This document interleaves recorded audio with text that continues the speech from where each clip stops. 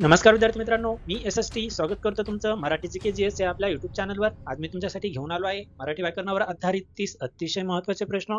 यातला प्रत्येक प्रश्न हा तुमच्या मागील कुठल्या ना कुठल्या एक्झाममध्ये येऊन गेलेला आहे आणि आगामी एक्झाममध्ये सुद्धा येण्याची शक्यता खूप जास्त असेल.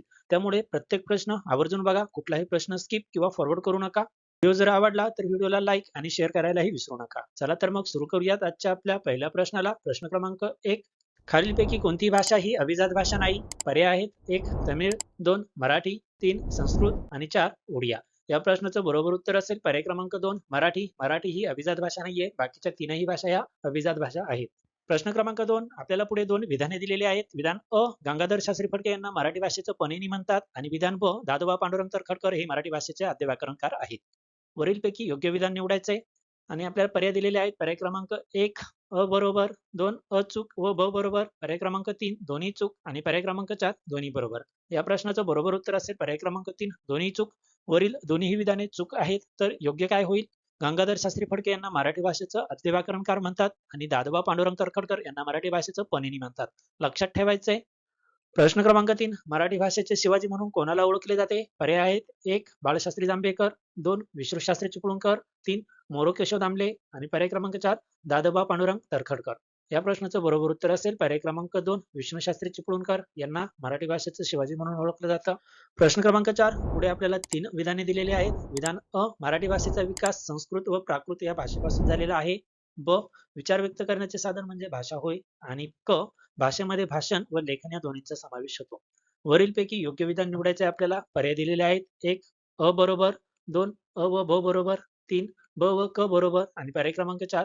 अ, ब व क बरोबर. या प्रश्नाचं बरोबर उत्तर असेल पर्याय क्रमांक 4. अ, ब व क बरोबर, म्हणजेच वरील तीनही विधाने बरोबर आहेत. प्रश्न क्रमांक 5. मराठी भाषा लिपीस कोणत्या नावाने ओळखले जाते? पर्याय आहेत: 1. वर्णमाला व देवनागरी लिपी, 2. देवनागरी व बालबोध लिपी, 3. आदर्श लिपी आणि पर्याय क्रमांक 4. देवनागरी व आदर्श लिपी. या प्रश्नाचं बरोबर उत्तर असेल पर्याय क्रमांक 2. देवनागरी व बालबोध लिपी. प्रश्न क्रमांक 6. भाषा ही केवळ संवादाचेच माध्यम नाही, तर साहित्यांच्या संदर्भात ती आत्मविष्काराचे सर्वश्रेष्ठ माध्यम आहे. पर्याय आहेत: पर्याय क्रमांक 1. संपूर्ण विधान बरोबर, 2. संपूर्ण विधान चूक, 3. पूर्वार्ध बरोबर आणि पर्याय क्रमांक 4. उत्तरार्ध बरोबर. या प्रश्नाचं बरोबर उत्तर असेल पर्याय क्रमांक 1. संपूर्ण विधान बरोबर. वरील जे काही विधान दिलेले आहे ते संपूर्ण विधान अगदी अचूक आहे. प्रश्न क्रमांक 7. भाषा ही नदीच्या प्रवाहाप्रमाणे असते. कारण आणि आपल्याला 4 कारण दिलेले आहेत. त्यातलं कोणतं कारण योग्य आहे हे सांगायचंय. पर्याय 1. भाषेच्या प्रवाहात वळणे नसतात. 2. भाषेला मुरड घालावी लागत नाही. 3. भाषेचा प्रवाह अखंड चालू नसतो आणि पर्याय क्रमांक 4. भाषेमध्ये बदल होत जातात. या प्रश्नाचं बरोबर उत्तर असेल पर्याय क्रमांक 4. भाषेमध्ये बदल होत जातात, म्हणून भाषा ही नदीच्या प्रवाहाप्रमाणे असते असं म्हटलं जातं. प्रश्न क्रमांक 8. इंग्रजी अनालिसिस या शब्दावरून मराठी भाषेच्या व्याकरणात टिंबटिंब आला आहे. पर्याय आहेत: 1. वाक्यशास्त्र विचार, 2. साहित्य विचार, 3. समीक्षा विचार आणि पर्याय क्रमांक 4. अलंकार विचार. या प्रश्नाचं बरोबर उत्तर असेल पर्याय क्रमांक 1. वाक्यशास्त्र विचार. प्रश्न क्रमांक 9. खालीलपैकी सजातीय स्वरांची जोडी सांगा. पर्याय दिलेले आहेत: 1. अ आणि ई, आ आणि उ, पर्याय क्रमांक 3. ई आणि ई आणि पर्याय क्रमांक 4. आ आणि ई. या प्रश्नाचं बरोबर उत्तर असेल पर्याय क्रमांक 3. ई आणि ई ही सजातीय स्वरांची जोडी आहे. बाकी सर्व जोड्या या विजातीय स्वरांच्या आहेत. प्रश्न क्रमांक 10. ओ हा संयुक्त स्वर कोणत्या 2 स्वरांनी बनलेला आहे? पर्याय 1. ई अधिक ई, पर्याय 2. आ अधिक उ, 3. आ अधिक उ आणि पर्याय क्रमांक 4. अ अधिक उ. या प्रश्नाचं बरोबर उत्तर असेल पर्याय क्रमांक 4. अ अधिक उ या 2 स्वरांपासून ओ हा संयुक्त स्वर बनला आहे. प्रश्न क्रमांक 11. गटात न बसणारा वर्ण ओळखा. पर्याय आहेत: 1. अ, 2. ई, 3. उ आणि पर्याय क्रमांक 4. ई. या प्रश्नाचं बरोबर उत्तर असेल पर्याय क्रमांक 4. ई. ई हा गटात न बसणारा वर्ण आहे, कारण बाकीचे तीनही जे काही वर्ण आहेत ते ऱ्हस्व स्वर आहेत, तर ई हा दीर्घ स्वर आहे. प्रश्न क्रमांक 12. मात्रा म्हणजे काय? पर्याय 1. औषधाचे प्रमाण, 2. स्वरांच्या उच्चारासाठी लागणारा वेळ, 3. अक्षरांच्या उच्चारासाठी लागणारा वेळ आणि पर्याय क्रमांक 4. यापैकी नाही. या प्रश्नाचं बरोबर उत्तर असेल पर्याय क्रमांक 2. स्वरांच्या उच्चारासाठी लागणारा वेळ म्हणजेच मात्रा होय. प्रश्न क्रमांक 13. पुढे काही वर्ण प्रकार दिलेले आहेत. त्या आधारे योग्य पर्याय निवडा आणि आपलं विधान आहे: अ. स्वर हे पूर्ण उच्चाराचे वर्ण आहे. ब. विधान व्यंजने हे अपूर्ण उच्चाराचे आहेत आणि आपल्याला पर्याय दिलेले आहेत. पर्याय क्रमांक 1. फक्त अ विधान बरोबर, 2. फक्त ब विधान बरोबर, 3. अ व ब हे दोन्ही विधान बरोबर आणि पर्याय क्रमांक 4. अ व ब हे दोन्ही विधान चूक. या प्रश्नाचं बरोबर उत्तर असेल पर्याय क्रमांक 3 अ व ब हे दोन्ही विधान बरोबर आहेत. प्रश्न क्रमांक 14 चाकर या शब्दातील चा या अद्याक्षराचा उच्चार कोणत्या प्रकारात येतो? पर्याय आहेत 1 तालव्य, 2 दंत्य, 3 कंठ तालव्य आणि पर्याय क्रमांक 4 दंत तालव्य.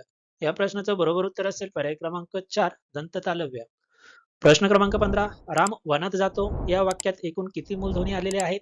पर्याय 1 7 मूलध्वनी, 2 14 मूलध्वनी, 3 3 मूलध्वनी आणि पर्याय क्रमांक 4 11 मूलध्वनी. या प्रश्नाचं बरोबर उत्तर असेल पर्याय क्रमांक 4 11 मूलध्वनी. प्रश्न क्रमांक 16 जोड अक्षरात क्रमाने प्रथम येणारे टिंब ही अपूर्ण उच्चारले जाते. पर्याय आहेत 1 स्वर, 2 व्यंजन, 3 साधित आणि पर्याय क्रमांक 4 वाक्य.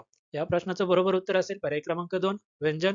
प्रश्न क्रमांक 17 निवृत्त म्हणजे काय ते सांगा. पर्याय आहेत 1 ऱ्हस्व उच्चार, 2 दीर्घ उच्चार, 3 तोडका उच्चार आणि पर्याय क्रमांक 4 लांबट उच्चार. या प्रश्नाचं बरोबर उत्तर असेल पर्याय क्रमांक 3 तोडका उच्चार.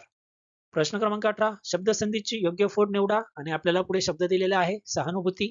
पर्याय 1 सह अधिक अनुभूती, 2 सहानु अधिक भूती, 3 सह अधिक नुमती आणि पर्याय क्रमांक 4 सहन अधिक अनुभूती. या प्रश्नाचं बरोबर उत्तर असेल पर्याय क्रमांक 1 सह अधिक अनुभूती. या दोघांची संधी केल्यास सहानुभूती हा शब्द तयार होतो. प्रश्न क्रमांक 19 जेव्हा दोन वर्णांची संधी होते त्यातला पहिला वर्ण व्यंजन असल्यास त्या संधीला काय म्हणतात?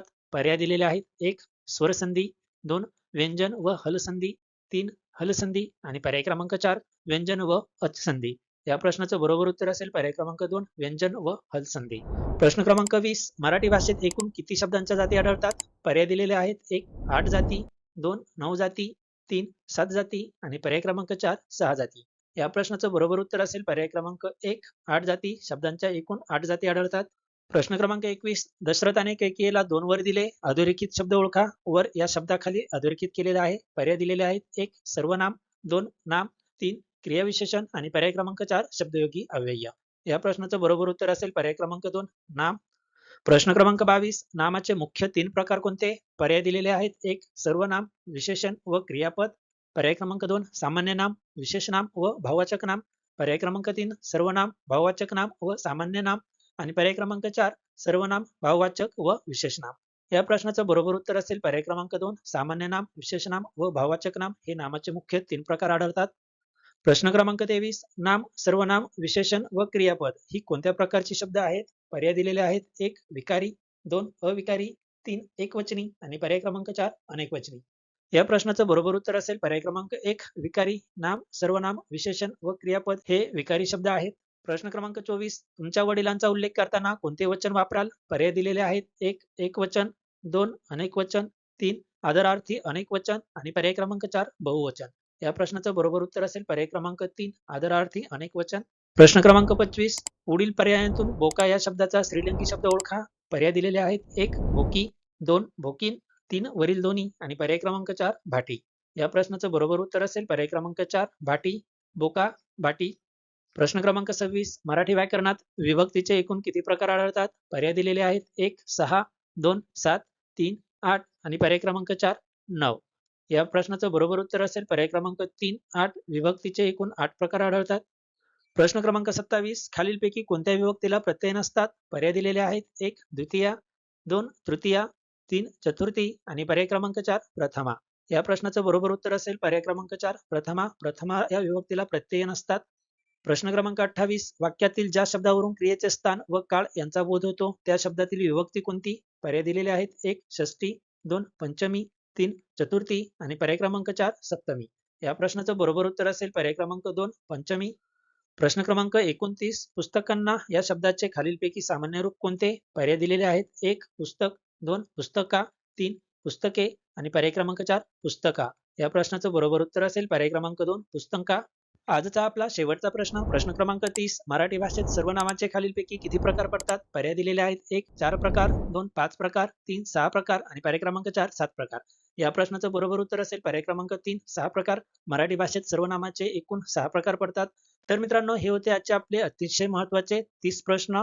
असेच नवनवीन प्रश्न पाहण्यासाठी आत्ताच आपल्या मराठी GKGS या YouTube चॅनलला सबस्क्राईब करून नोटिफिकेशन बेलला ऑन करून ठेवा.